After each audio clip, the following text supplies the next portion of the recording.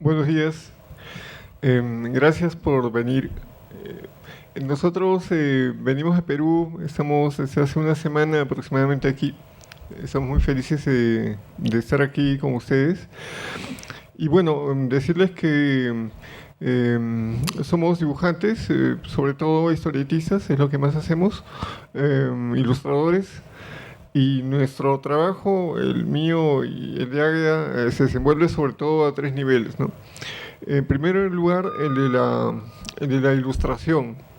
Trabajamos ilustración con editoriales, pero también trabajamos ilustraciones a veces para algunas instituciones particulares. Eventualmente para algunos amigos que nos piden ilustrar algún libro de poemas o libros de cuentos, ¿no? Sin embargo, son las editoriales las que más demandan nuestro trabajo como ilustradores. Hemos trabajado, por ejemplo, ilustrando libros de cuentos de autores peruanos, ilustrando algunas pruebas de evaluación para el Ministerio de Educación, en fin. En el terreno del humor político, de la gráfica política, mayormente trabajamos en el terreno de los periódicos. Trabajamos en Perú 21 durante buen tiempo. Trabajamos 5 años aproximadamente en Perú 21 y lo que hacemos era mayormente humor político porque en Perú lo que más vende, lo que más sale es el humor político, ya que es a través del humor político como la gente de cierto modo se toma una revancha de ciertas situaciones respecto a las cuales en el terreno de la política cotidiana, diaria, realmente no puede hacer mucho, no puede cambiar mucho. Entonces ve con buenos ojos y comparte un poco la ironía, a veces cruel, a veces dura, ¿no?, del humor político. Ahora, para hacer humor político uno requiere cierta buena onda, por una parte, o sea, tener la capacidad de hacer reír, para que su trabajo no sea simplemente una muestra de la cólera que la clase política pudiera merecer, cierta inteligencia para hacer algunos giros, llevar a su extremo lógico el discurso de la clase política. Pero también requiere, sí, pues cierto conocimiento de la coyuntura, ¿no? De lo que dice cada actor político, de la situación y todo eso, ¿no? Del pasado de algunos políticos y todo eso. Eso en lo que se refiere al humor político. Por ejemplo, la que ven ahí es una muestra de un trabajo de humor político hecho para Perú 21, un suplemento llamado Torongo, subtitulado Otorongo no comió torongo, del diario Perú 21. Otorongo no comió torongo porque si el Otorongo es un político, bueno, un político no busca hacerle una trampa a otro político, ya que en algún momento también puede ser perdonado por ese otro político. Siempre están investigándose por algún acto de corrupción o de algún tipo y están perdonándose, ¿no?, exculpándose. Ahora, si se dan cuenta de esta ilustración, lo mismo que de las que en lo sucesivo aparezcan, hay un detalle, hay una serie de detalles. Trabajamos las ilustraciones, no, para comenzar no trabajamos con medios digitales, o sea, todo lo trabajamos a mano, tinta china, tintas de color, estilógrafos. Trabajamos muy artesanalmente, ¿no? Nuestros amigos, por el contrario, los chicos más jóvenes, especialmente del diario, sí trabajaban con medios digitales, ¿no? Trabajaban mucho con Photoshop. A veces las fotografías las retocaban de modo que no hubiera necesidad de mayor dibujo. Nosotros sí aún dibujamos, aún hacemos caricatura, y la presentación, bueno, ustedes ven la hoja y la van a ver llena de manchas, de liquid paper, ahí incluso se ve, me parece, un papel que ha sido pegado al otro para poder completar la hoja del mismo color, ¿no? En algún momento a veces incluso dibujamos a los personajes en un papel, digamos, o color marfil o rosa, los recortamos y los pegamos sobre otro de otro color para no tener que dibujar fondos. A veces sí nos tomamos el trabajo de dibujar fondos, pero hay un detalle en esto del humor político, y es que si bien podemos, como efectivamente hemos hecho, reunirnos los días lunes o martes para ver cuál es la agenda de la semana, ya que el suplemento es semanal, ocurre que las cosas, especialmente en Perú, a lo largo de una semana cambian muchísimo. Y si el suplemento aparece el viernes o el sábado, parece entonces las cosas que podemos haber definido como la agenda política de la semana, el día lunes o martes, para el sábado o viernes ya no lo va a hacer. Entonces hay que tener siempre un constante, una comunicación constante con el editor, con el jefe artístico, con el coordinador de las colaboraciones en ese suplemento, ¿no? Nos están llamando, nos están diciendo, oye, ¿por qué no haces este tema mejor? Este ya no es. ¿Por qué mejor no tocas a ese otro personaje que por allá ha aparecido, asomado cabeza, diciendo tal cosa? Y todo eso, ¿no? Claro, hay un margen amplio, o había un margen amplio para la libertad en el tratamiento de ciertos temas, pero finalmente la temática no la definimos nosotros, ¿no? La define un poco la coyuntura, la situación política del momento. Eso en lo que se refiere al humor político. Y finalmente, otro aspecto de nuestro trabajo es el de, he hablado de el trabajo con editoriales, o sea, ilustración para editoriales, el trabajo del humor político, especialmente en periódicos. Tendría que añadir quizás al lado de el de lo que actualmente se llama cómic documental, que está pegando bastante en Latinoamérica, que consiste básicamente en que te dan un texto, ¿no? Un periodista redacta un texto acerca de algún tema, algún personaje, por ejemplo, exótico o curioso, ¿no? No sé, por poner tres casos, una persona que se pasa frente al Palacio de Justicia de Lima usando estas máquinas antiguas, escribir, mecanógrafas, y tipeando papeles para entrarlos al Poder Judicial para que los juicios sigan su trámite, los procesos judiciales sigan su trámite. Por ejemplo, eso, mucha gente ya no lo usa porque tiene la computadora, pero hay gente que sí, que se dedica a eso todavía. Son pocos, son no más de 20, ¿no? Y tienen decenas de años en eso, ¿no? En ese trabajo. Entonces, son esa, o por ejemplo, la historia de un pata que siempre quiso ser escritor, pero nunca lo pudo ser y acabó siendo profesor de comprensión lectora en alguna academia, ¿no? Preuniversitaria, y ha decidido hacer los resúmenes en 20 hojas, los resúmenes de 300 obras, las 300 obras literarias más famosas de la historia de la literatura mundial, ¿no? Entonces, como le queda muy dentro suyo el deseo de ser escritor, eventualmente le cambia el final a Madame Bovary o a La Guerra y la Paz, y bueno, no aprende mucho probablemente de la obra en sí quien lee esos resúmenes, ¿no? Pero el hombre se siente contento, ¿no? Entonces, de ese tipo de personajes fallidos, de ese tipo de personajes de héroes anónimos de la cultura nacional, de ese tipo de héroes desconocidos, ¿no? De la vida cotidiana, de la sombría vida cotidiana peruana, están nutridos estos cómics documentales, ¿no? Y ese, por ejemplo, es un tipo de trabajo que también se nos pide, ¿no? Especialmente para algunas revistas. Dedo Medio es una de ellas. Finalmente está el de la autoedición, de las ediciones autogestionadas, ¿no? Y a ese nivel hemos producido, tanto Agada como yo, sobre todo fanzines, ¿no? En el viejo formato de los fanzines de la contracultura underground, hechos en base a fotocopias, historietas, poemas, textos literarios dibujados a tinta china y luego fotocopiados y distribuidos a un precio ínfimo, ¿no? Es lo que hemos hecho durante buena cantidad de tiempo. Para circuitos de gente que mayormente, bueno, dibuja, también son circuitos historietistas. Ellos dibujan y compran a otros patas que también dibujan. Es un círculo pequeño. Trabajamos mucho, tal vez esta sea una diferencia con otros historietistas, que nosotros trabajamos bastante literatura, es decir, ilustramos muchas veces poemas o cuentos que nos han gustado siempre y nos divertimos mucho dibujando, ilustrando esos poemas y trabajándolos en clave de historieta, ¿no? Con un tipo de narración secuencial, viñeta a viñeta, ¿no? Pero más recientemente hemos sacado otro tipo de publicaciones, siempre en el terreno de la autoedición o de la edición trabajada al lado de alguna editorial, digamos, especializada en la edición de novelas gráficas, ¿no? Como Contracultura, por ejemplo.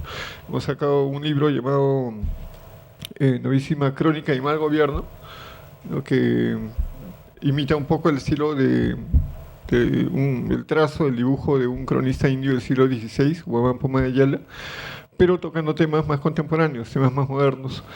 Y hemos sacado también una novela gráfica sobre un escritor llamado Martín Adán, un escritor peruano de los 50, dipsómano, un maldito, ¿no? Y que se dio al abandono mucho tiempo, lo cual no impidió que fuese lo que hoy todo mundo en Perú considera es un gran poeta, ¿no? Uno de los mejores poetas peruanos del siglo pasado. Sí, vamos a ver después las imágenes ahí. Sí, vamos a ver luego algunas imágenes. Unas imágenes ahí, después vamos a ir pasando para algunas que vayan imágenes. viendo, ¿no? Algunas cosas. Y lo último que hemos sacado también en el terreno de la autoedición es nuestra primera revista, Los Frutos Efímeros, que incluye algunos relatos en clave de historieta, también de autores ajenos. Algunos guiones sí son nuestros, algunos no. Y bueno, probablemente en los meses que vengan salgan algunas publicaciones más, algunas de cuyas páginas hemos escaneado y hemos guardado para mostrárselas, ¿no? Creo que podemos comenzar a verlas. No, yo un ratito primero quería decir algo. En lo que se refiere a caricatura social, y ya hablo a título personal, por ejemplo, yo en realidad entro tarde a hacer caricatura social, en parte porque es un terreno en que las mujeres no tenemos espacio, no hemos tenido históricamente espacio, ¿verdad? Entonces, como que siempre me he metido en terrenos donde las mujeres no hemos tenido históricamente espacio. Yo he estudiado filosofía en la universidad y me he dedicado, digamos, tardíamente a lo que es el dibujo, en parte porque siempre como que tuve muchas dudas acerca de lo que yo sentía que era mi dibujo, ¿no? Entonces, entro tarde a hacer caricatura social, pero con muchas ganas, porque siempre tuve muchas ganas de hacer humor político, y me sentía como que cuando lo tienes atravesado en la garganta, todas las porquerías a veces que hacen los políticos, y uno prende la tele y dice, qué barbaridad, y al final pues uno se la pasa nomás renegando en casa con los familiares, mira, ¿cómo es posible? ¿No? Y uno está, pero puedo dibujarlo, puedo hacerlo, el problema es que no tengo dónde, no tengo cómo. Entonces yo dije, ya, a lo valiente, ¿no?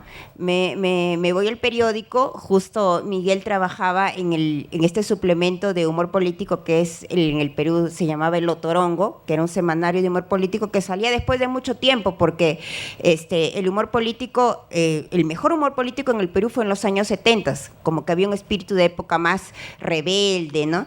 Más revolucionario.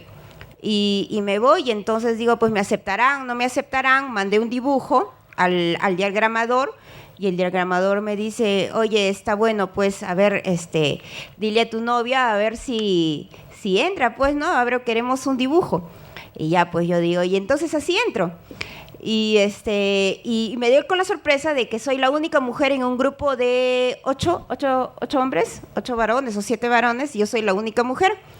Entonces, eso también ya es una cuestión ya que les comparto ya de manera ya como una cuestión de género. Me doy con la sorpresa que muchas veces la visión femenina y masculina tiene ciertos encuentros, ¿no? Sobre todo en estas reuniones que se dan previas a la semana que va a tratar que vamos a tratar los temas políticos, ¿no? Entonces, a veces discutíamos, había unos pequeños roces, ¿no? Pero evidentemente yo era minoría, ¿no? Pero de todas maneras el punto central era que lo que queríamos todos era remarcar, hacer puntillazos contra esos políticos que sentíamos que vulneraban nuestros derechos como ciudadanos, sí, y todo eso. Social, ¿no? Crítica claro, social, hacer una crítica social. ¿Qué? Por ejemplo, este dibujo, de aquí, la cosa es así, claro, como ustedes no conocen mucho la política del Perú y todo eso, como dice Miguel, a veces uno empezaba la coyuntura en caricatura política, dado que era un semanario, era un suplemento semanal, así las noticias volaban, así, teníamos una noticia el lunes de corrupción, de algún asesinato, de alguna coima, de algo. El lunes teníamos, para el martes ya teníamos la idea, la idea estaba buenaza, ya decimos, la desarrollamos todo. Pero el miércoles ya había pasado y había otra noticia que lo superponía, era más importante. Ya se nos arruinó. Pero si ya habías empezado el trabajo, ya y se quedaba arrumado porque ya había matado la noticia anterior. Hay un humorista en el Perú que dice que en el Perú, que lo que pasa en Finlandia en 100 años, en el Perú pasa en un día. Y es verdad. O sea, nosotros estamos así, nosotros teníamos cierre de edición el jueves, porque esto salía un viernes. Yo me acuerdo que cuando empecé a trabajar con Miguel, porque siempre hemos trabajado así en tándem, ya empezábamos y yo más ingenuamente ya tenía mis noticias del lunes y hacía, que me llego al viernes. Nada, me mataba una el martes, me mataba otra el miércoles, dije, tenía trabajos arrumados, digo, y ahora, ya no va, nos llamaban del periódico, ya, pongan la otra que superpone. La cosa es que llegábamos para el jueves, 6 de la tarde tenían que llegar todos los trabajos porque había cierre de edición. Entonces tú tenías que tener los trabajos, teníamos que completar, era trabajo, como se dice, rush, o sea, rapidísimo, todo tenías que hacer, y nosotros trabajamos a mano. Y entonces era una tensión porque terminamos con todos los pelos parados, todo, y con el editor llamando, ya está, porque estamos cerrando, está yendo ahorita, ya está, tiene que salir para imprenta, que no sé qué. Y entonces llegábamos ya matado para el jueves. El viernes en la mañana salía, ¿no? Entonces, como que es un trabajo muy intenso, muy de adrenalina pura, ¿no? Entonces, generalmente nuestros amigos nuestros colegas trabajan con la máquina, pues con computadora, ¿no? Totalmente. Ajá, entonces ya ponen la foto, superponen, pintan, también es matador, pero el nuestro era doblemente matador, ¿no?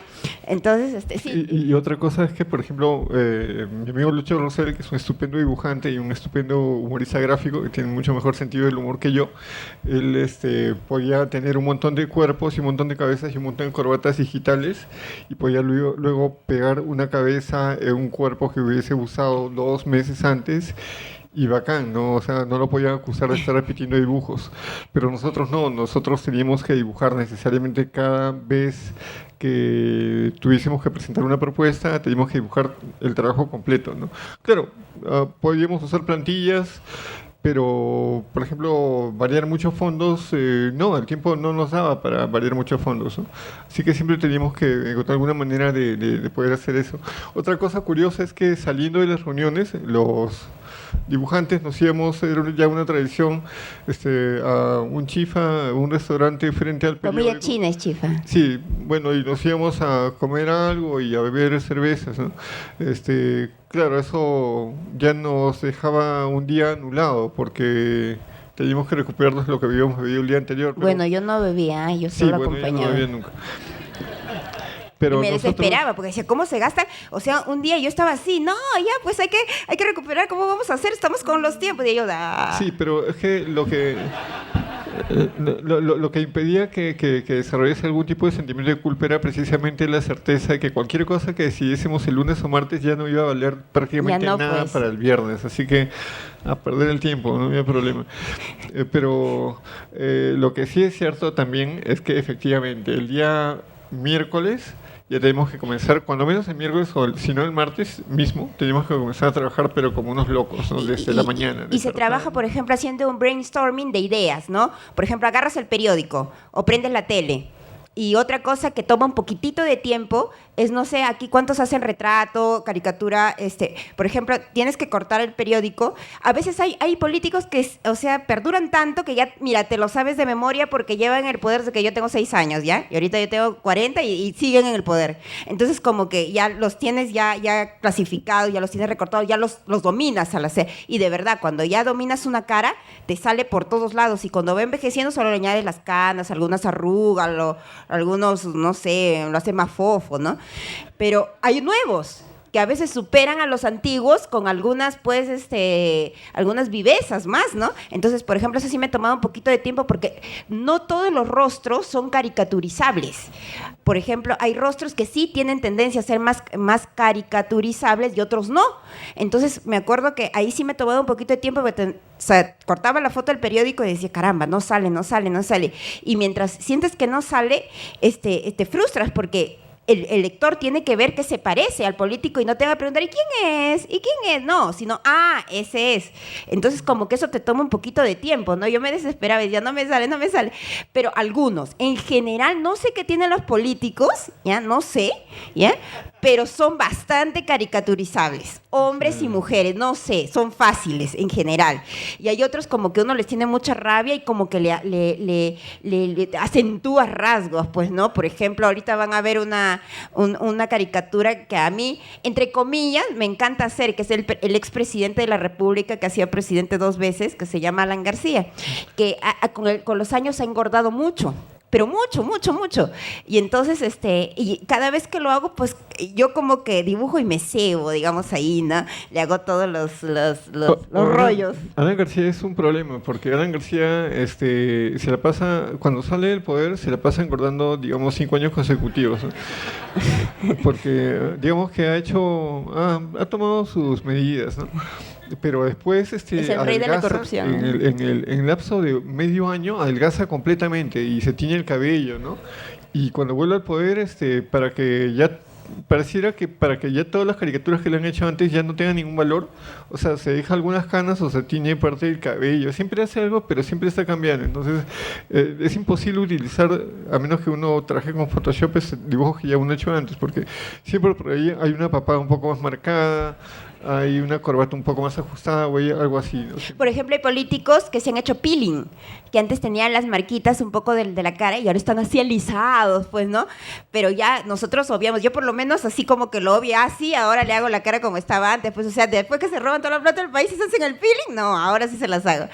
Y entonces, como que siempre hemos trabajado, o sea, con esa velocidad. El trabajo en humor político, dependiendo de la revista en la que trabajen, del suplemento. Por ejemplo, nosotros trabajábamos con semanarios, o sea, era matado de semana en semana, ¿no? Y otra cosa, te pagaban por trabajo publicado. ¿No? Entonces, si te publicaban más, obviamente te pagaban más. Si te publican menos...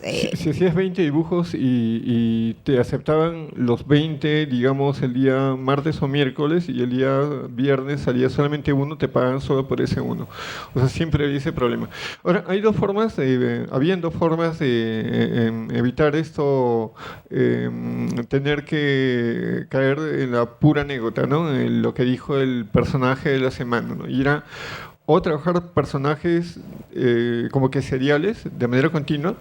Yo creé 2 personajes, Big Meche, la ministra de Economía, Mercedes Arauz, muy neoliberal, ¿no? Muy conservadora en terreno económico, o trabajar no coyuntura, sino ya, por llamarlo de alguna manera, no estructura, es decir, formas continuas de manejo de la economía, ¿no? Entonces, estructura, constantes en el terreno de la economía, bueno, las manejé alguna vez, o de la corrupción, las manejé alguna vez con Kilkas, ¿no? Las quilcas son una especie de cajas de marcos dentro de los cuales ubicas a personajes en una situación que no necesariamente es anecdótica, ¿no? Sino que narra situaciones que se repiten una y otra vez, ¿no? Entonces pueden ser personajes, digamos, memorables para una época determinada, pero puedes también establecer una especie de paralelo entre esos personajes y otros que han hecho lo mismo o casi lo mismo, o se han conducido de manera muy parecida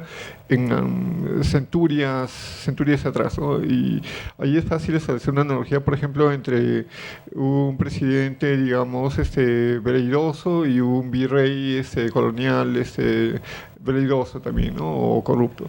Y en el terreno de los personajes puedes trabajar, por ejemplo, no sé, la candidez, ya que se mencionaba la palabra hace un momento, de un personaje como una congresista muy, muy joven y muy bonita, ¿no? Haciéndole preguntas aparentemente inocentes, ¿no? A periodistas, a otros congresistas bastante mayores y bastante más mañosos, bastante más diestros en esto de cómo beneficiarse personalmente, ¿no? Ambas cosas las podíamos trabajar. De hecho, nos fue muy bien con el trabajo de estas series llamadas Big Meche y Little Luciana, ¿no? Luciana León, una congresista joven, aprista, y Big Meche, bueno, la ministra de Economía. Pero cuando cambia la dirección del periódico, y esa es la razón por la que decidimos salir finalmente, porque cambió la línea editorial, cambió la política editorial para favorecer a una candidata de la extrema derecha, y decidimos salir. Bueno, cuando se produce eso ya no había mayor posibilidad de seguir publicando esos personajes, ¿no? Y mucho menos las quilcas, los cuadritos estos que hacían una crítica un poquito más profunda, ¿no? Ya no solo a la coyuntura, ya no solo aludiendo a la anécdota de la semana, sino un poco más a las constantes en la vida política y social y económica del Perú. Así es. Sí, no, y también a lo que yo iba era que esta cuestión así de lo que es caricatura social, que es en realidad el motivo de esta ponencia, esta conferencia, ¿no? Caricatura social, claro. Nosotros nos hemos movido en ese ámbito, pero también nos movemos en otros, porque digamos como dibujantes, ahora, nosotros formalmente no hemos estudiado dibujo. ¿Ya? Por ejemplo, yo estudio filosofía en la universidad y él biología. Entonces, como que nosotros, miren, ¿qué generación somos nosotros? Ustedes están en 20, seguro, no creo que haya nadie de 30. Bueno, antes, mucho antes, ya, por ejemplo, los padres, los papás te decían, no, ¿cómo vas a ser artista si con eso no se gana dinero? Tienes que estudiar algo en la universidad que te dé dinero y después te dedicas como hobby a dibujar, ¿no? Eso es lo que le pasó a él, ¿no? Entonces, ¿Lo cuento un poco? Ya, ¿Te parece? Sí, por ejemplo... Bueno, hace mucho tiempo ustedes habían nacido. Mi papá, como todos sus padres, probablemente deseaban que yo fuese un ciudadano de bien, ¿no? Una buena persona. Y que ganase, lo necesario para, vivir... No estupendamente, pero bueno, vivir. Siempre quiso que yo fuese o médico y o arquitecto, y papá lo sabe todo, así que yo estaba seguro que quería ser médico o arquitecto, ¿no? Bueno, finalmente fui biólogo, estudié biología, y gracias a la biología, yo no me quejo de haber pasado por la Facultad de Biología de San Marcos, porque gracias a la biología, al dibujo de las muestras de microscopio, de las disecciones, ¿no? Pude educar mi capacidad de observación y pude también educar mi paciencia, ¿no? Mi capacidad para dibujar pacientemente tejidos, arterias y todo eso, pues, ¿no? Lo que ocurre es que mi padre seguía pensando que yo, quería, estaba realmente interesado en la biología, y yo me daba cuenta conforme pasaban los años que realmente no me interesaba hacer carrera dentro de un laboratorio. De repente sí en el bosque tropical, trepaba en un árbol y dibujando aves, pero no en un laboratorio.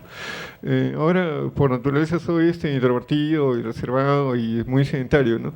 Así que tampoco, la verdad, me veía recorriendo montañas y trepando árboles. Así que el dibujo pesaba cada vez más, y recién... yo creo que mi padre comenzó a aceptar el hecho que podía ser dibujante, porque inicialmente la idea le aterraba, al punto de que llamó a un primo mío que me invitó a hacer una exposición a los 15 años. Fue mi primera exposición en algún lugar, en esa francesa, creo. Lo llamó y le dijo: Miguel va a ser arquitecto o médico, no lo molestes. Y recién he tenido que esperar que mi padre muera el año 97, creo que ya sabiendo que iba a ser dibujante. Había publicado en un periódico, el periódico más importante de Perú, ¿no? El Comercio, algunos dibujos, ¿no? De modo que mi papá ya estaba... Por lo menos estaba tranquilo por el hecho de que sabía que en principio no era un completo inútil, y en segundo lugar algo podía ganar, ¿no? Dibujando, ¿no? Así que recién creo que he tenido que esperar el 97 para dedicarme ya por entero, o sea, al dibujo, sin tener el temor de decepcionar a mi padre, ¿no?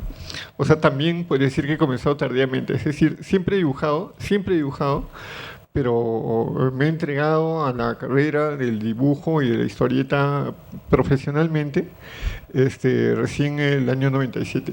Aunque respecto suyo, yo siempre he sido un aficionado, ¿no? Ella es mucho más profesional, trabaja mucho más profesionalmente, ¿no? A mí la procrastinación me gana bastante, ¿no? Pero... es que ya, mira, qué cosas, ¿no? Por ejemplo, ya yo sentía que no me sentía muy segura en el dibujo, y decía, sí, pues no me voy a morir de hambre con esto, ¿no? Y como que tienes esa cosa en la cabeza, ¿no? Me voy a morir de hambre con el dibujo, ¿dónde voy a hacerlo? Ahora, otra cosa, historieta no te lo enseñan en ningún lado. Yo quise postular a Bellas Artes en el Perú y decía, ¿dónde está historieta? A ver, grabado, dibujo, pintura, no hay historieta. Y no me sentía que estaba, digamos, en mi ambiente, en donde yo quería. Entonces, como siempre me ha interesado en realidad tener una visión amplia del mundo, me metí a estudiar filosofía en la universidad, ¿no? Entonces, como que no me sentía segura, decía, quiero hacer historieta. Yo he sido una lectora de historietas desde muy niña. Mi padre es lector de historietas y yo he crecido leyendo historietas. Pero en el Perú no hay mercado de historietas, no por lo menos en la época que yo era niña. Entonces, como que te sentías un poco como que paria, ¿no? Ay, ya me gusta contar esto en cuadritos, pero nadie entiende, o sea, no hay mercado, la gente no estaba acostumbrada a leer historietas, ¿no? Entonces, ya yo me voy a la universidad, todo, y he empezado trabajando de muchas cosas, hacía traducciones al inglés, trabajaba en una ONG feminista y todo, pero como que siempre dibujando. Es más, ayer justamente nos entrevistaron, dice, ¿cómo decides dibujar, no entrar en el mundo profesional? ¿Saben qué? Yo no decidí ser dibujante, el dibujo me escogió. Porque yo me la pasaba dibujando y de pronto alguien veía, oye, ¿y cuánto me cobrarías por hacerte un dibujo para mi revista? No sé, no manejaba tarifas, nada, ¿no? Entonces, bueno, tanto, ¿no? Ya. Entonces, así, y se van pasando la voz. Mira, yo tengo una amiga que dibuja, y así vas consiguiendo trabajo. De pronto van avanzando los años y eres profesional en el dibujo. ¿Y por qué? Porque el dibujo te ha escogido, el dibujo te ha buscado. Y por más que, y eso que, bueno, ustedes son diseñadores y dibujantes, ¿no? Es imposible de ocultar. Uno no puede vivir con esa pasión por siempre debajo del colchón. No se puede.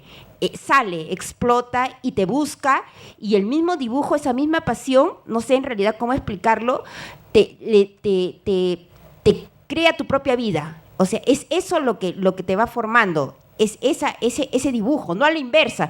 Yo no digo, yo quiero dibujar, no, el dibujo te busca. Yo creo que le pasa lo mismo a los músicos, ¿no? Uh-huh. Y cosas así. Al final, por ejemplo, dejas un buen trabajo que tú sentías que te pagan bien, algunos son abogados, y al final, ya no lo soporto más, quiero hacer lo que siempre he querido hacer. Y eso es más o menos lo que a mí me ha sucedido, ¿no? Pero, por ejemplo, en esa ONG feminista, uh-huh. Tú hacías algunos de los dibujos, ¿no es cierto? Claro, yo hacía los dibujos y no trabajaba haciendo dibujos, yo era encargada del área de la biblioteca. Y entonces la directora de la ONG ve mis dibujos y me dice, oye, ¿sabes qué? Necesitamos hacer unos folletos para tal cosa, tal cosa. Ya, pues yo te los hago. No, entonces como que el dibujo lo va buscando a uno en ese terreno. A mí me ha sorprendido muchísimo, porque en algunos momentos había leído biografías de otros artistas que decían, ¿no? Después de un tiempo de haberlo esperado mucho, se dedicó a tal cosa, ¿no? Por ejemplo, Mallarmé, Stefan Mallarmé, el escritor, siempre fue traductor de inglés, pero era escritor. Entonces yo decía, mi vida será como la de Mallarmé, digo, seré traductora de inglés en el día y, no sé, artista toda mi vida. Sí. Y decía, ya como que ya me había resignado a eso, ya dije, ya, pues no. En mi caso también fue algo así, ¿no? Yo, bueno, siempre en el colegio me había quedado a la hora de recreo en aula, haciendo las tareas de educación artística de los demás chicos, porque, bueno, no me gustaba jugar fútbol y además me divertía bastante dibujando, ¿no? La oportunidad de hacerlo era maravillosa, ¿no? Claro, después, 20 años después me di cuenta que había sido vilmente explotado por mis compañeros de aula. Pero al margen de eso, magnífico, ¿no? Y la primera vez que comencé a ser pagado por mis dibujos fue cuando comencé a hacer dibujos para sellos de una librería cercana a mi casa, ¿no? Nunca he sido muy nómada. Y alguna vez, la primera vez que entré a trabajar en una publicación fue cuando un amigo mío que se ha enamorado de una profesora de comunicación me dijo que esta requería de un dibujante para ilustrar un cuento suyo en alguna revista. Sí, todo ha sido muy, muy casual, ¿no? Pero sí, finalmente, pues, de alguna forma, no sé hasta ahora muy bien cómo, nos hemos convertido en dibujantes profesionales. Sí, pues nosotros somos dibujantes profesionales, wow. Publicamos libros y somos invitados a México, ¿no? Ahora, también nos gusta investigar mucho, siempre estamos estudiando, siempre estamos revisando material de otros autores, sobre todo los referentes que nos gustan muchísimo dentro de lo que es el dibujo de más o menos figura humana, porque a diferencia un poco de Miguel, yo manejo mucho el mono y también figura humana. O sea, el mono es esta figurita ahorita, ¿no? Que ustedes conocen así, tipo si ese es mono. Ahora, por ejemplo, en referencia a esto, ahora, en la cuestión de caricatura política, en general, son bastante que tienen que ver locales, ¿no? Porque, por ejemplo, lo que sucede en México, evidentemente ustedes conocen sus políticos, por ejemplo, entre comillas, no pegaría, ¿no? en el Perú, porque no se conoce a los políticos de nombre, ¿no? Pero más o menos, por ejemplo, explicando esta caricatura, nosotros tenemos, ahorita está en debate bastante la unión civil de homosexuales en el Perú. Y que es muy nuevo, ¿eh? O sea, el Perú es un país muy conservador y como que eso nunca se había tocado. El de allá, el de la esquina de allá es el cardenal. Es el cardenal y es a ver. Es un tipo muy conservador. Muy conservador. El de allá es un ministro del Opus Dei del gobierno pasado, y el del centro es un congresista que es el que está proponiendo la unión civil. Y entonces el cardenal y este ministro que son del Opus Dei se oponen hasta ahorita, se oponen terminantemente a cualquier cosa que tenga que ver con la unión civil. Es más, y promovieron una marcha en contra de eso, pro vida. ¿No? De hecho, aquí también los tenemos. No, pero fue una cosa pero impresionante, ¿no? Ahora, acá tal vez no sé cómo sonaría esto. Me parece que acá probablemente sería un escándalo, pero allí ellos tranquilamente pueden decir que los homosexuales no están en el plan de Dios. Sí, así dice, el cardenal dice eso, ¿ah? Sí, el cardenal dice eso. Pero es así. Una cosita antes de pasar a ver las imágenes, por favor. Y es lo siguiente, métodos, técnicas de trabajo. Aguerita decía hace un momento, es un profesional, o sea, ella trabaja, tiene un texto, construye un guión, a partir de ese guión hace un borrador, ¿no? En lápiz, luego lo entinta, poco a poco, rotula, y listo, tiene acabada su publicación, su historieta. Y me gusta entregar a tiempo siempre. Sí, bueno, yo no siempre puedo entregar a tiempo, pero construyo mis historietas a partir de montoncitos de dibujos que se van juntando, como en la libreta que hace un ratito mostró Miguel Ángel.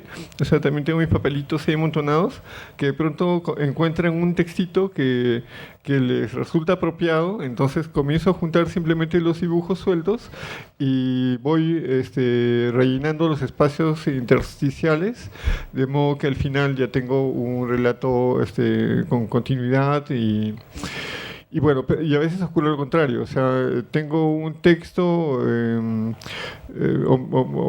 tengo también un conjunto de imágenes y no tengo un texto, entonces lo que hago es más bien crear un texto a propósito de esas imágenes, ¿no? Es una forma de producir un tantito más caótica y menos profesional que haga. Ahora, ambas formas de trabajo funcionan, ¿no? Y una muestra de eso es esa publicación pequeña. Ahora, yo creo que vamos viendo las imágenes, vamos a ir pasándolas. Hemos hecho como un mix de varias imágenes de ambos, ¿no? Y Miguel va a ir pasando para ver de quién es cada dibujo y a qué se refiere, ¿no? Comentándolas muy brevemente y muy rápidamente. A ver, ¿se puede por ahí o te paras? O te paras, mejor párate.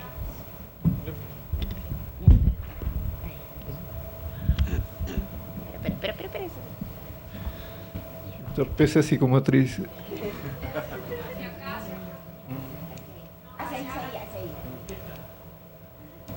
Es que nosotros somos prehistóricos de tecnología, somos dinosaurios, sí. Sí, claro, un conjunto de partidarios del expresidente Alan García, ¿no? Es que explicar un poquito, retrocede un ratito al Faenón. El Faenón fue un asunto en el Perú bien ¿cómo se podría decir? Fue un escándalo, porque unos políticos hicieron unas coimas con cuestiones, ¿no? Que tenían que ver con... Lo que ocurre es que había unos lotes petroleros, ¿no? Que estaban en concesión. Y bueno, fueron concesionados a un grupo empresarial en el cual tenían participación unos miembros del partido de gobierno. Entonces esos miembros se preocuparon en sobornar a algunos miembros de Petroperú, la empresa petrolera peruana, del organismo de control del petróleo en el Perú, para favorecer a esta empresa, ¿no? Noruega, me parece que era. El dinero, por supuesto, lo puso la empresa noruega a través de un dominicano, me parece. Y bueno, sí, hubo un escándalo. Alan García dijo que los corruptos eran unas ratas, pero tiempo después los por así decirlo, los exculpó a través de un poder judicial controlado por el gobierno, el propio gobierno. Y ahora, ¿por qué es Favenón? Porque existieron unos audios que revelaban todo el entuerto de la corrupción, que decía, uno a otro se decía, oye, ya nos salió bien, nos salió bien, ¿no? Hemos sacado un montón de plata, hemos hecho un faenón, hermano, hemos hecho un faenón. Entonces, por eso es el faenón. Y Alan, si puedes, es esa arenga que hay ahora de que, sí se puede, ya. Todas esas ratas son el grupo bueno, el partido de gobierno de esa época era el APRA, que es uno de los partidos más corruptos en el Perú, ¿no? Y el presidente, el líder es Alan, ¿no? Entonces son esas ratas. Siguiente. Este es el ministro de Salud, que promovió durante un tiempo la distribución gratuita de preservativos y bueno... De la píldora al día siguiente, también, que era ese Postinor. Y bueno, el cardenal siempre oponiéndose y todo. No, el cardenal se opuso. No, eso no puede ser distribución gratuita. Y era el pleito entre el ministro de Salud, que es el que está siendo quemado, y el cardenal. Sí, el cardenal, bueno, dijo que eso iba a promover la promiscuidad sexual, ¿no? Como si no lo hubiera, ¿no? Pero bueno. Claro, saludable. Ese es Alan García como sumo y abajo es pues una persona muy humilde que está tratando de detener su sí, es que es una cosa, pero ella es Magali Solier, Magali Solier fue la protagonista de una película que fue candidata al Oscar hace no sé cuántos años, que se llamaba La teta asustada, ¿no? Entonces era sobre la violencia interna, ¿no? Sí. Tradicional en Ayacucho, porque la chica es ayacuchana. Dijo una cosa muy curiosa cuando le entrevistaron le hicieron un montón de preguntas y en un momento le preguntaron por Alan García, que en ese entonces era presidente. Dijo, si Alan García viene a Ayacucho, la gente lo mata, ¿no? Por el mal recuerdo que tiene de su primer gobierno. Bueno, y la caricatura fue Magali Solier, la actriz, golpeando a Alan García con el Oscar, ¿no? Suponíamos que iba a ganar el Oscar, no lo llegó a hacer. No llegó a hacer. No llegó a ganar. Ahí está. Siguiente. Ya es Alan García inaugurando sus hospitales, ya que era pura fachada, que se han caído toditos ahora. Ya, todititos, se han caído, eran muy lindos, así, súper así, entre comillas, presentables, ¿no? Entonces, por eso dice, estoy por inaugurar la más moderna clínica del Perú y del mundo, y es una fachada, una total fachada, y así, y si siempre se toma fotos abrazándose con la gente, ¿no? Muy popular él, ¿no? Entonces, como que atrás lo están empujando al viejito, lo están sosteniendo, ¿no? Porque todo es una fachada, y ya se han caído todos los hospitales. Claro, algunos ni siquiera se han caído porque ni siquiera estuvieron construidos, o sea, eran una fachada. Bueno, esa es una historieta de Águeda hecha para la ONG de la cual hablaba hace un momento. Ajá, la ONG donde yo trabajaba era feminista y esto alude a las 527 mujeres que sufrieron violencia sexual durante el conflicto armado. Entonces, tiene que ver mucho con esta situación de los abusos cometidos, porque ustedes saben, las mujeres en realidad, dentro de esos términos, en cualquier guerra somos las que más sufrimos. Entonces, esta historieta que me pidieron hacer para la ONG trata justamente sobre eso. Fueron 527 mujeres violadas durante el conflicto armado, ¿no? Metempsicosis. En los años 20 aparecía una publicación llamada Monos y Monadas, en la cual aparecía el concepto de metempsicosis, ¿no? Un presidente, dependiendo de qué cosas hubiese hecho, se convertía en un animal, ¿no? Metempsicosis significa transmigración de almas, ¿no? Yo quise retomar ese género y trabajar en mis metempsicosis, pero con personajes políticos contemporáneos, ¿no? Y Miguel también hace la rima de arriba. Sí. Se tomaba el trabajo de pensar la rima y decía, Braki, estás pensando la rima. Justamente este trabajo salía para el Otorongo y en eso sí, Miguel era muy rápido y muy talentoso para con cierre de edición, se imaginaba la rima y es la serie de 3 dibujos, ¿no? Que se convertía en un animal, el político. Sí, ahora mi métrica es dudosa, ¿no? A veces no funciona, no trato de que funcione, pero la verdad es que no siempre funciona, ¿no? Pero bueno, soy dibujante más que poeta, ¿no? Siguiente. Ya, este es dibujo de Águeda también. Fíjense, sí. Este es un dibujo de Águeda cuando recién había ingresado a trabajar Sí, a recién Toronto. había ingresado otra vez. Entonces el trazo era mucho más grueso, Sí. de repente más descuidado y todo, ¿no? Ajá. Es el papá de Lita y Luciana, de la congresista joven y Y bonita. fue el que hizo el faenón. Claro. Él es el líder de esa corrupción. Lo que ocurre es que hubo una empresa que, digamos, soltó los datos, dio a conocer los datos del faenón, este escándalo por el soborno en esa concesión de lotes petroleros, ¿no? Y esa empresa fue BTR. BTR era una empresa dirigida por marinos, se dedicaba al espionaje. Entonces, curiosamente, en el proceso judicial, los archivos, los DVDs, todo esto que tenían los archivos del espionaje, las grabaciones, todo esto, se extraviaron, ¿no? Como suele ocurrir. Y bueno,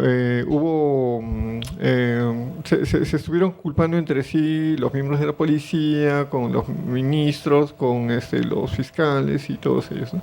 Al final, bueno, se trataba del mismo poder, del mismo partido político en el gobierno quien había hecho desaparecer o perderse este tipo de documentos. Claro, porque ahí está el mismo, pero en el Perú los jueces llevan una medalla en el centro que indica que son jueces. Entonces, por eso el mismo personaje está de policía, ¿no es cierto? Y también está de jueza, en ese sentido, ¿no? Es lo mismo, porque en realidad se perdieron, entre comillas, se perdieron esos archivos. Sí, Perú en ese sentido es bien colonial, ¿no? Porque también el presidente usa una banda y todo eso.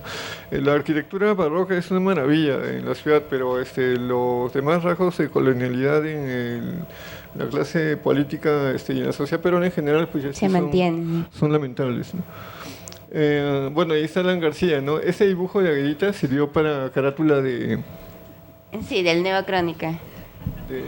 Sí. A ver. De este libro, ¿no? De Nueva Crónica. Lo que ocurre es que el personaje del fondo, el que tiene cuerpo de pollo, es Alejandro Toledo, el presidente anterior a Alan García, ¿no?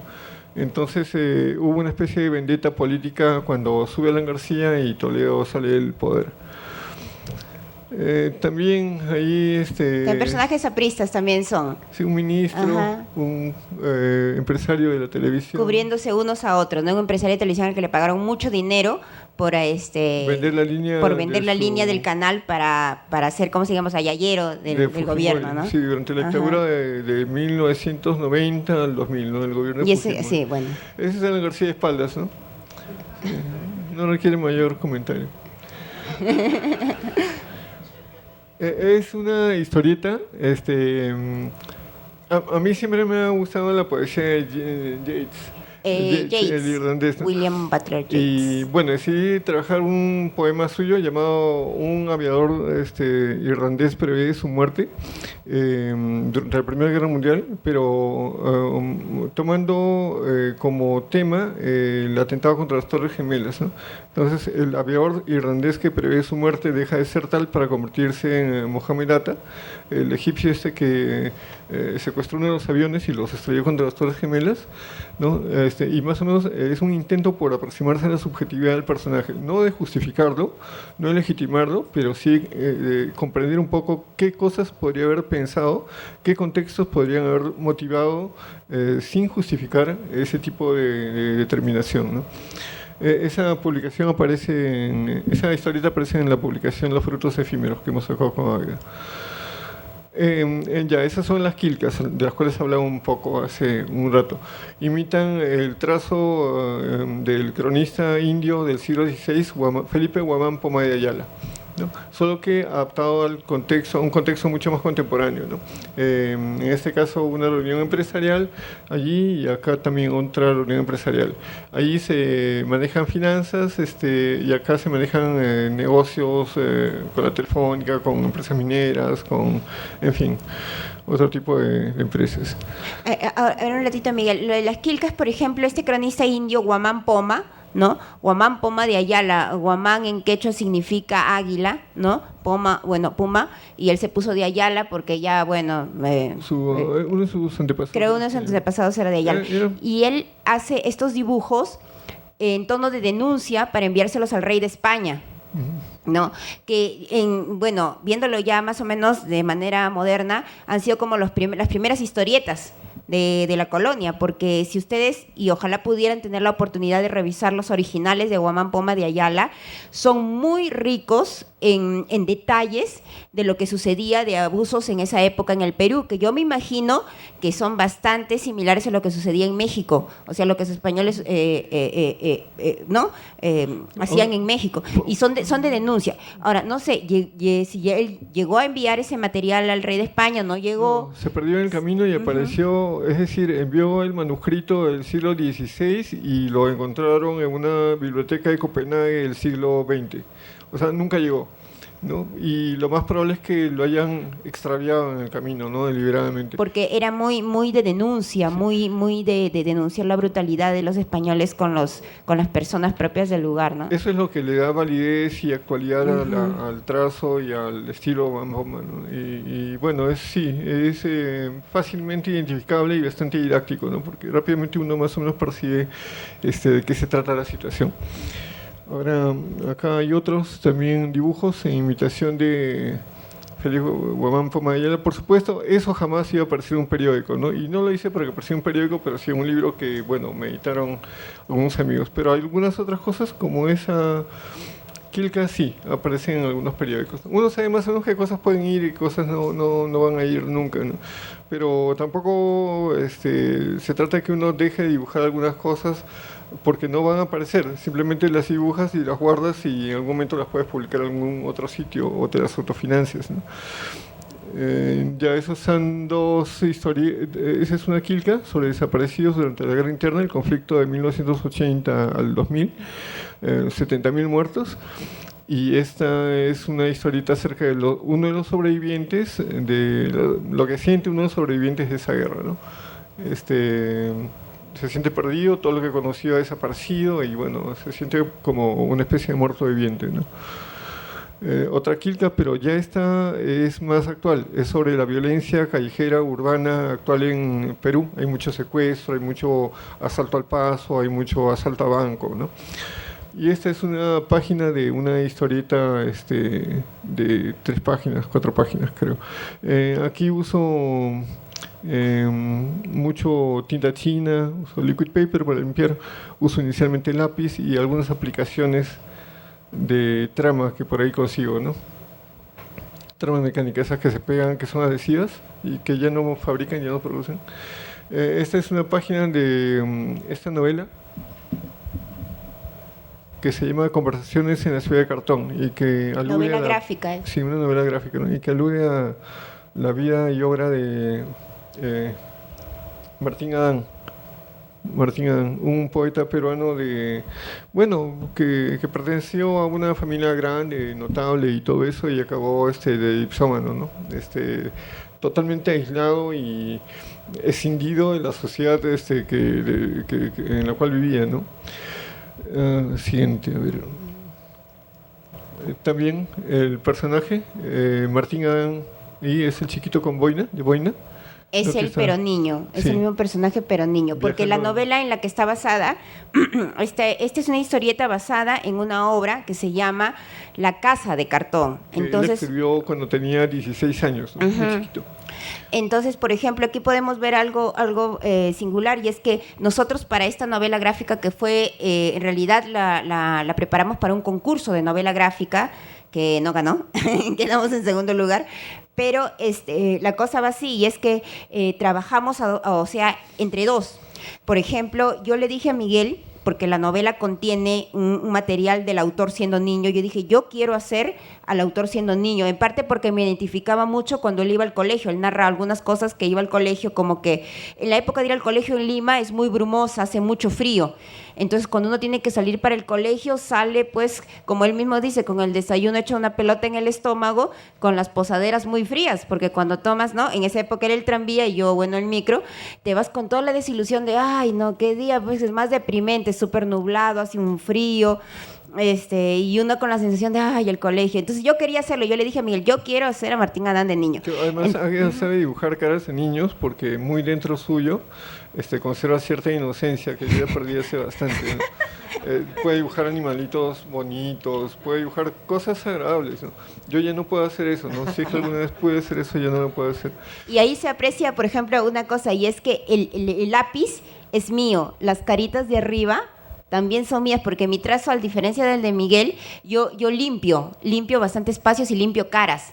En cambio, Miguel llena caras. Entonces, por ejemplo, aquí tuvimos una especie de pleito entre los dos, porque yo le decía, vas a respetar mi trazo, porque si tú entintas y estás asumiendo la autoridad de pintar en este momento, yo quiero decirte que para el trazo del niño, por ejemplo, no me lo arrugues, porque los niños no tienen arrugas, así que no me lo arrugues, me lo respetas así. Y antes peleamos, no, que yo lo hago. No, y como me arrugó uno, le dije, no, hasta ahí nomás, yo entinto mis caritas de los niños. Entonces, todas las partes que yo siento que yo le he dado la personalidad, ¿no?, al personaje, lo hago yo, o sea, entinto todo lo que es la carita y todas esas partes. Por ejemplo, la parte de la gente que está en el tranvía arriba, el niño, incluso los personajes que están leyendo el periódico, ¿no? Sí. Son míos. Dicho sea de paso, la conversación entre los personajes no es gratuita ni casual, ¿no?, sino que hay una investigación para ver más o menos de qué podrían haber habido, de qué podrían haber hablado los personajes de esa época, ¿no? Conspiraciones, golpes militares, movimientos sociales, ¿no? Otra cosa, en la linealidad del trazo de Águeda se nota su influencia, ¿no? Historieta argentina, historieta italiana. Mi trazo está más marcado por mis lecturas de joven, ¿no? Grabados de Doré, mucho más grabados que historieta propiamente dicha, ¿no? El siguiente, bueno, otra de Martín Adán, ¿no? Ahí hay caricaturas de la época. De políticos de la época. Ahí está Martín Adán también, niño, y políticos. Están dos expresidentes, ¿no? Alan García, que hemos dibujado como un orate, y Leguía, ¿no?, un presidente de la época. Y Benavides, bueno, en verdad son tres presidentes en una sola página. El general Benavides, que era su tío, ¿no? Bueno, más... una página más de la misma obra, Movimientos Sociales, Su Primer Amor, la chiquita del extremo inferior derecho. Políticos contemporáneos, pero lo que pasa es que uno puede, como Martín Adán en los años 20, aludir a un político con temas de características, y esas mismas características se van a repetir 70 años después en un político peruano, ¿no? O actual, ¿no? 40 años después. No cambian, o sea, como que se mantiene, ¿no? Sí, esa cuestión de corrupción, viveza. Sí, es un déjà vu constante, ¿no? Uh-huh. Acá, esa es otra esta cosa. ya es otra obra, ¿no? Es una página de una obra que recién va a aparecer, y es sobre la masacre de presos políticos en el Frontón, el año 1986. El Frontón era una cárcel de presos políticos en el Perú que fue destruida por el gobierno de Alan García el año 86. Sí, mataron a todos los presos ahí, sí, a todos. Sí, se escaparon, creo que que 6 sobrevivieron. Haciéndose pasar por muertos, ¿no? Pero quedaba en una isla. Se llama el Frontón, y bueno, allí está llegando el personaje, ¿no?, que es el de Chalina Blanca, ¿no? Y está conversando con algunos otros, ¿no?, acerca de por qué lo han llevado. Uh-huh. Ahí también se aprecia el trabajo entre dos. No sé cómo hacen en ilustración o diseño, pero por ejemplo el trabajo entre dos no es una cosa que se dé mucho, porque los egos a veces como que los egos o sea, son más grandes que nosotros. Pues no te diga que no tocara lo mío, te voy a matar. Entonces, pero como que nosotros, como somos pareja, al principio sí teníamos unos pleitos, pero inmensos, ¿no? Pero ya como que con el tiempo aprendimos a ceder, porque también gran parte del trabajo en equipo, que es en realidad lo que nos hace sobrevivir como especie humana, también la solidaridad y el trabajo en grupo. Entonces también hay que aprender a ceder en algunas cosas. Si él domina algunas cosas que yo todavía no puedo, entonces él asume ese terreno. Y si yo domino algunas cosas que él no las domina, entonces yo asumo. Entonces como que nos vamos complementando, ¿no? Por ejemplo, en los rostros, son los rostros que yo he dibujado, ¿no? Entonces, como ya había habido un poquito de problemas a la hora de entintar, en el caso de Miguel, que los llena mucho, yo le dije, no, ahora los rostros los entinto yo, si quieres, los cuerpos, todo lo que tú quieras, pero el entintado de rostros al que yo le doy la personalidad son míos, ¿no? Y así él respeta eso y yo respeto lo suyo. Allí sí tendríamos que tal vez extraer una lección, ¿no?, de lo siguiente. Creo que cada persona tendría que aprender a a medir a conocer sus propios límites, ¿no? Sus limitaciones. Efectivamente, para una escena esta como la que representa este dibujo, o sea, personas llegando aún tranquilas, no asustadas, pero tranquilas a la prisión esta, sí, se entiende que el trabajo sea bastante lineal y limpio. Lo mismo para Martín Adán siendo niño. Pero, por ejemplo, Martín Adán ebrio en una cantina, luego de 3 días seguidos de borrachera, o estos mismos personajes, pero en un contexto ya de enfrentamiento directo con las Fuerzas Armadas, luego de 2 días seguidos de bombardeo constante. O sea, ya ahí sí me puedo yo meter y hacer un tipo de trazo más abierto, descuidado. Y claro, por ejemplo, él me dice, no, en los de las borracheras no te metas porque yo las conozco. Y de verdad, yo no te puedo hacer una escena de borrachera, por lo menos no con el sentimiento que lo hace, porque yo pues nunca me he pegado así, digamos, sus borracheras por lo menos seguidas, ¿no? Entonces... Sí, gracias. Así te pondrás, Miguel. Él conoce la borrachera, yo no. Las otras escenas, ¿no? De cuando ya comienza el ataque a la prisión esta. Ahora, lo que yo, por ejemplo, una característica ya mía y también diferencia a la de Miguel es que yo le doy mucho movimiento a la historieta. Me gusta que los personajes se sienta que están riendo, que están sufriendo, que están llorando, que se están moviendo, que están apuntando, que están corriendo. Y Miguel como que es más poético, más lírico, ¿no? Entonces yo le digo, mira, si la escena va a ser de mucha acción, por ejemplo, en la parte de abajo, ¿no? Que les están avisando que está llegando el ejército ya, prácticamente, bueno, asesinarlos, ¿no? Entonces como que la cosa está, como que el ambiente está con adrenalina. Entonces yo le digo, déjame hacer esa parte, le digo, ya yo como que las escenas de acción, ¿no? Bueno, creo que eso es todo lo que tenemos por lo pronto para ustedes. Si hubieran algunas preguntas, sería magnífico.